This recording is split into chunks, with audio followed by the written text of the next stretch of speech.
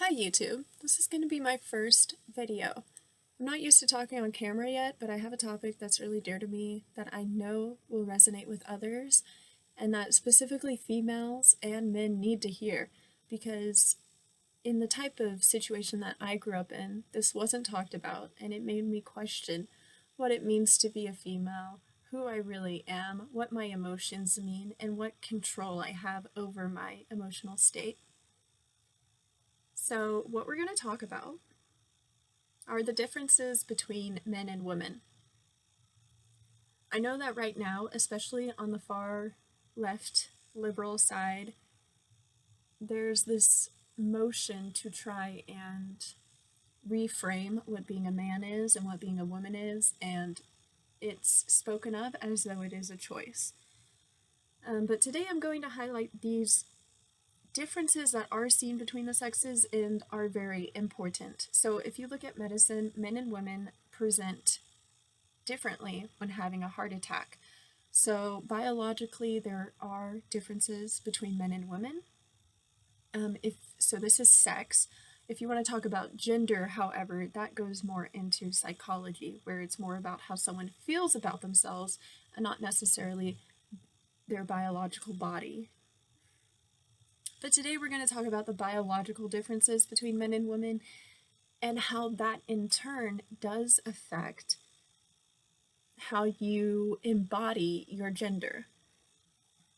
So the first statement that I'm going to introduce to you guys, which a lot of people in my life didn't realize it until I shared it with them, is that men are on a 24-hour hormonal cycle. What does this mean? This means that their hormonal fluctuations, their hormones either spiking or decreasing or staying level, cycle through within a 24-hour period. And understand that the mind and the body, the soul, I believe that everything is connected. I don't just believe that everything within my own being is connected, but I also believe I'm connected to every other human. I believe I'm connected to the grass outside my window, the tree outside my window. I believe I'm connected to all the animals on the planet. Why? Because what is life but a reflection of yourself through all these other things, through these things that you're able to interact with. So everything's connected. Now think about if a man's hormonal cycles, all of the hormonal experience that he can embody happens within a 24-hour period. What would that mean? That would mean that any emotions that come up because this hormone had an elevation, or because this hormone had a decrease in levels, any emotional response that a man has from that, he then is able to, how would I put this? So living as a man, if my hormones are on a 24-hour cycle, that means that if I have a hormone that spikes, it's only going to spike for at most 2 to 3 hours, right? And if I have a hormone that suddenly decreases, it's only going to be decreased at most 2 to 3 hours.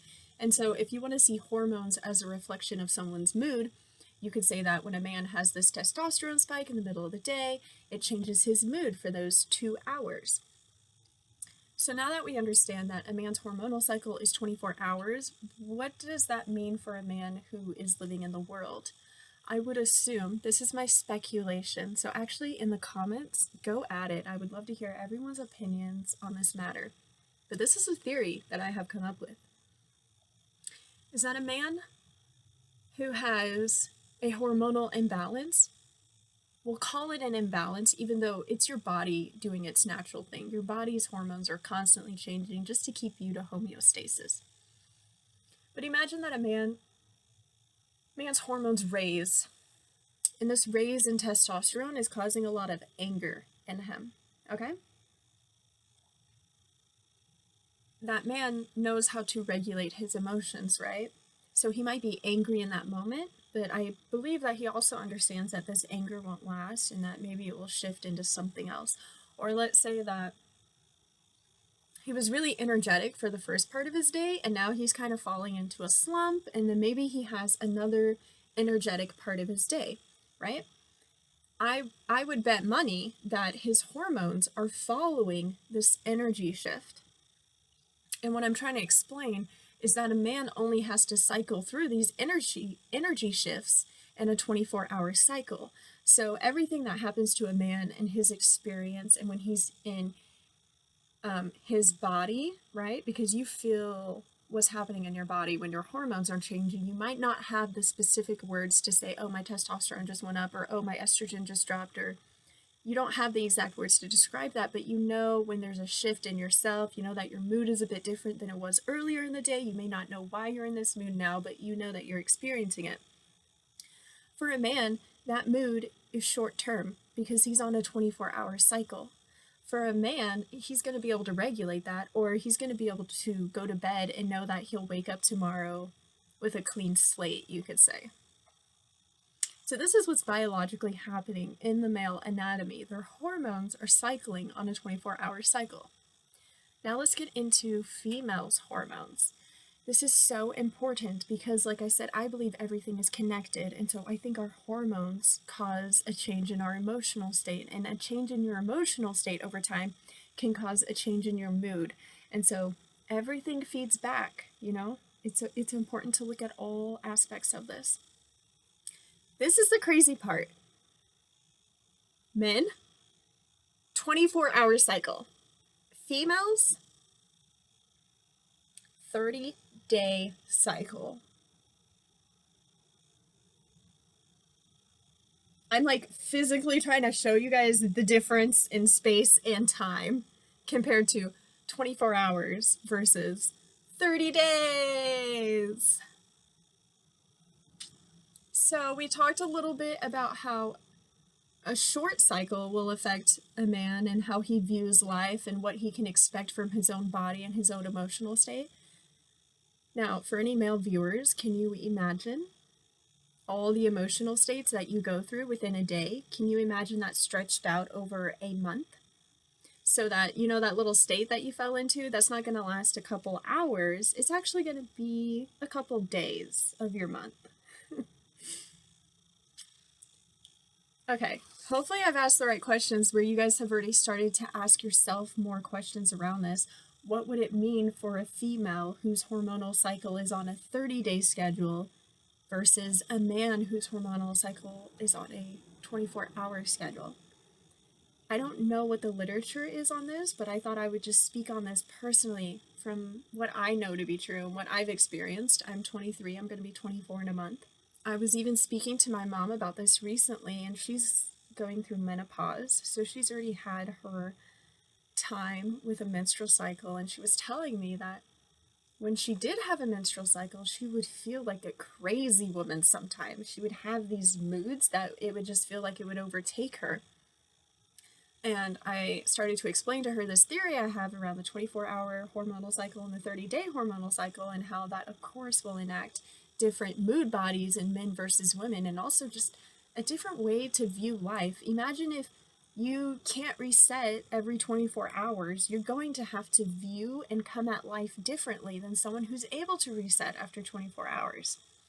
I think this is I feel like this is at the base of a lot of conflict that we have between men and women. You know how there's a misunderstanding between men and their needs and what they want and how they see the world? And there's sometimes a misunderstanding between women and their needs and what they want. This is often described as men being logical or stable or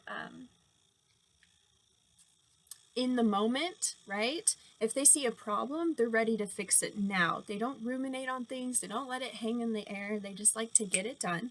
These are very broad stereotypes that I'm bringing up. I know that women can have this mentality. I'm a woman myself who's very logical and reasoned and likes to get things done when they can. But I'm bringing up these polarities so that you can see how your hormones can either benefit you in having that mentality or not. So men, if you're on a 24-hour cycle, of course you think you can get everything done. Of course you can regulate yourself now and figure it out now. And why should we have to wait? And why are you trying to, you don't need to use intuition necessarily. And then if you look at the flip side of the female, well, she's on a 30-day cycle. She's going through moods that last days and not hours. So she can't fix it now. She can't always be in the now. Sometimes she has to plan. Sometimes she has to use her intuition because she's not in the mood state that she knows she will be in 3 days. And there's nothing wrong with that. That is just a female accepting her natural anatomy, her natural hormonal cycles, her natural state of being, and flowing in alignment with it instead of fighting it to accommodate for a male lifestyle. So let me give you an example of how this showed up in my own life. Right now, I'm sitting in my parents' day room. I just moved out of an apartment I was paying for on my own. Though with COVID, I've had difficulty making money to live on my own, so I decided to move back home. This move was so stressful for me for a number of reasons. It took a lot of physical energy, even though I'm someone who did have a chronic illness. I can't often exert myself as much as I did for this move. I had a number of assignments due this week, and also I'm very logical. I'm a perfectionist, you can say, and to me it feels like I'm sitting in a mess. So it was just very stressful not having all my routines set up, trying to move, also having all these deadlines on my assignments, professors putting in zeros for work that I know I just I'll catch up on eventually.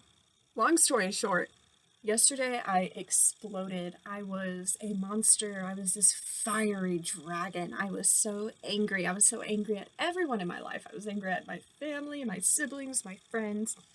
I was angry at the world, you guys. I was angry at my cat, who is also going through a hard time with this transition and move, and sitting in that state of anger and of unease and just feeling like I wanted to crawl out of my skin. I didn't know what to do about it. I'm someone who, when they have a trigger or an emotional flashback or something like that, I will stop, I will dig into it, I will figure out what triggered it, and then I will accommodate to it. I will fix it in whatever way I can.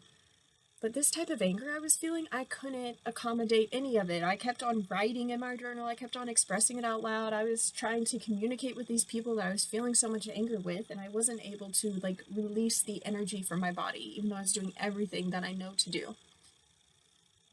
And it scared me. I'm going to be honest. Having that type of emotional state scared me. I didn't know what caused me to go into it. I didn't know how long I would be in it. I thought it was triggered by all the stress in my life. I thought it was from moving and not having any of my routines set up and feeling like the world was just crumbling on me. But ladies, here is the part that matters in this whole story of this emotional storm that I went through. So today, the next day, yesterday is when I was this crazy lady who wanted to destroy everything, and I don't mean that sarcastically at all. I hated everyone in my life, and I wanted to destroy everything, and I could not find the light. But today, guess what happened? My menstrual cycle came. My period came. Oh my gosh! And it was an instant aha moment for me. Because yesterday, even my mom saw this side of me, and she was scared too. She didn't know what to do for me, because she also knows how strong I am. She knows how much I've worked on my emotional intelligence to be able to self-regulate myself. So she was very surprised to see me in that state as well, just as surprised as I was.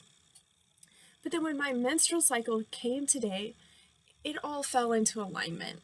It cleared up everything. And what I'm trying to tell you guys is, I'm someone who knows that I get angry at the entire world right before my menstrual cycle starts. How do I know this? For those of you listening and not watching the video, I just ran to grab Taking Charge of Your Fertility off of my bookshelf, and we're about to get into it. So years ago, I was watching Elise Parker, and she brought up this book.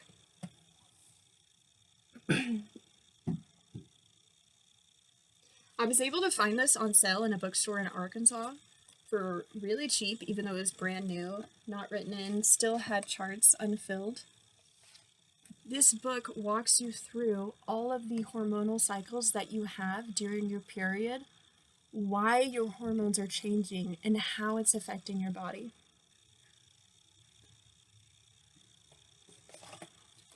And what this book recommends is actually tracking your temperature, because your temperature changes in regards to your hormonal cycle.